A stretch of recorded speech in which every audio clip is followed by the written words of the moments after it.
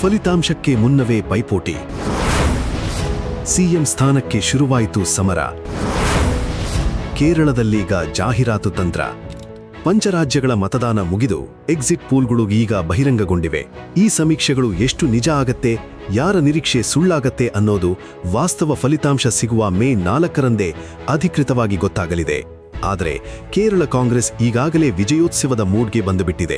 ಈ ಬಾರಿ ಯುಡಿಎಫ್ ಅಧಿಕಾರಕ್ಕೆ ಬರೋದು ನಿಶ್ಚಿತ ಅನ್ನೋದು ಅಲ್ಲಿನ ಕಾಂಗ್ರೆಸ್ ನಾಯಕರ ವಿಶ್ವಾಸ. ಹಾಗಾಗಿ ಮತ ಎಣಿಕೆ ನಡೆಯುವ ಮೊದಲೇ ಕಾಂಗ್ರೆಸ್ ಪಕ್ಷದಲ್ಲಿ ಮುಖ್ಯಮಂತ್ರಿ ಅಭ್ಯರ್ಥಿ ಯಾರು ಎಂಬ ಬಗ್ಗೆ ದೊಡ್ಡ ಮಟ್ಟದ ಚರ್ಚೆ ಶುರುವಾಗಿದೆ. ಇದೀಗ ಕೇವಲ ಚರ್ಚೆಯಾಗಿ ಉಳಿದಿಲ್ಲ, ಬದಲಾಗಿ ವಿವಾದವಾಗಿ ಮಾರ್ಪಟ್ಟಿದೆ.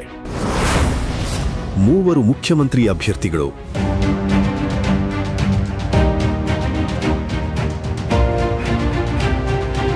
ಕಾಂಗ್ರೆಸ್ ಪಕ್ಷದಲ್ಲಿ ಅಧಿಕೃತವಾಗಿ ಯಾವುದೇ ಹೆಸರನ್ನು ಘೋಷಿಸಲಿಲ್ಲ. ಆದರೂ ಮೂವರು ಪ್ರಮುಖರ ಹೆಸರು ಮುಂಚೂಣಿಗೆ ಬಂದಿದೆ. ಪಕ್ಷದ ಒಳಗಿನ ಗುಂಪುಗಾರಿಕೆಯಿಂದಾಗಿ ಈ ಹೆಸರುಗಳು ಈಗ ಬಹಿರಂಗವಾಗಿ ಪ್ರದರ್ಶನಗೊಳ್ಳುತ್ತಿವೆ. ರಮೇಶ್ ಚೆನ್ನಿತ್ತಲ, ವಿ.ಡಿ. ಸತೀಶನ್ ಮತ್ತು ಕೆ. ಸುಧಾಕರನ್ ಅವರ ಬೆಂಬಲಿಗರು ತಮ್ಮ ನಾಯಕರೇ ಮುಂದಿನ ಮುಖ್ಯಮಂತ್ರಿ ಎಂಬಂತೆ ಬಿಂಬಿಸಿಕೊಳ್ಳುತ್ತಿದ್ದಾರೆ. ಬೆಂಬಲಿಗರಿಂದ ಜಾಹೀರಾತು ಸಮರ. ವಿವಾದ ಸ್ಫೋಟಗೊಳ್ಳಲು ಮುಖ್ಯ ಕಾರಣ ಮಾಧ್ಯಮ ಜಾಹೀರಾತುಗಳು. ರಮೇಶ್ ಚೆನ್ನಿತ್ತಲ ಅವರನ್ನು ಭಾವಿ ಮುಖ್ಯಮಂತ್ರಿ ಎಂದು ಬಿಂಬಿಸುವ ರೀತಿಯಲ್ಲಿ ಪತ್ರಿಕೆಗಳಲ್ಲಿ ಮತ್ತು ಸಾಮಾಜಿಕ ಜಾಲತಾಣಗಳಲ್ಲಿ ಜಾಹೀರಾತುಗಳು ಪ್ರಕಟವಾಗಿವೆ.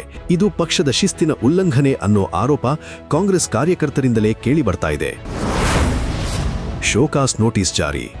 ಈ ಅನಧಿಕೃತ ಜಾಹೀರಾತುಗಳ ಬಗ್ಗೆ ಕೇರಳ ಪ್ರದೇಶ್ ಕಾಂಗ್ರೆಸ್ ಸಮಿತಿ ಗಂಭೀರ ಕ್ರಮ ಕೈಗೊಂಡಿದೆ. ಈ ಜಾಹೀರಾತುಗಳನ್ನು ನೀಡಿದ ಆರೋಪದ ಮೇಲೆ ಪಕ್ಷದ ಕಾರ್ಯಕರ್ತ ಹಾಗೂ ಮಾಧ್ಯಮ ವಿಭಾಗದ ಜವಾಬ್ದಾರಿ ಹೊತ್ತಿದ್ದ ಪ್ರಜೀನ್ ಬಾಬು ಅವರಿಗೆ ನೋಟಿಸ್ ನೀಡಲಾಗಿದೆ.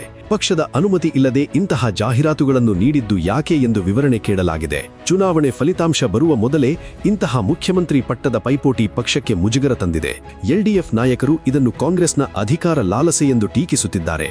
ಮತದಾರರು ಇನ್ನೂ ತೀರ್ಪು ನೀಡುವ ಮೊದಲೇ ಕಾಂಗ್ರೆಸ್ ನಾಯಕರು ಕುರ್ಚಿ ಹಂಚಿಕೆಯಲ್ಲಿ ಬ್ಯುಸಿಯಾಗಿದ್ದಾರೆ ಎಂಬ ಆರೋಪ ಕೇಳಿಬರುತ್ತಿದೆ. ಈ ಮೂವರಲ್ಲದೆ ಸಂಸದ ಕೆ.ಸಿ. ವೇಣುಗೋಪಾಲ್ ಕೂಡ ಸಿಎಂ ಸ್ಥಾನದ ಮೇಲೆ ಕಣ್ಣಿಟ್ಟಿದ್ದಾರೆ.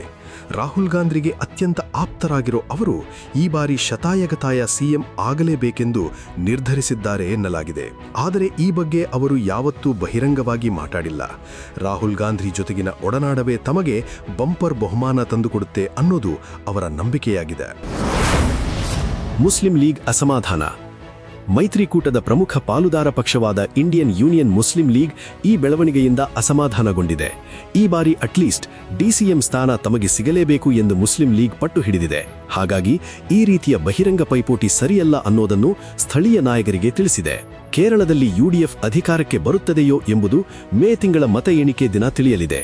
ಆದರೆ ಅದಕ್ಕೂ ಮುನ್ನವೇ ಆರಂಭವಾಗಿರುವ ಈ ಸಿಎಂ ರೇಸ್ ಮತ್ತು ನೋಟಿಸ್ ಜಾರಿ ಪ್ರಕ್ರಿಯೆ ಕಾಂಗ್ರೆಸ್ ಹೈಕಮಾಂಡ್ಗೆ ಹೊಸ ತಲೆನೋವಾಗಿ ಪರಿಣಮಿಸಿದೆ.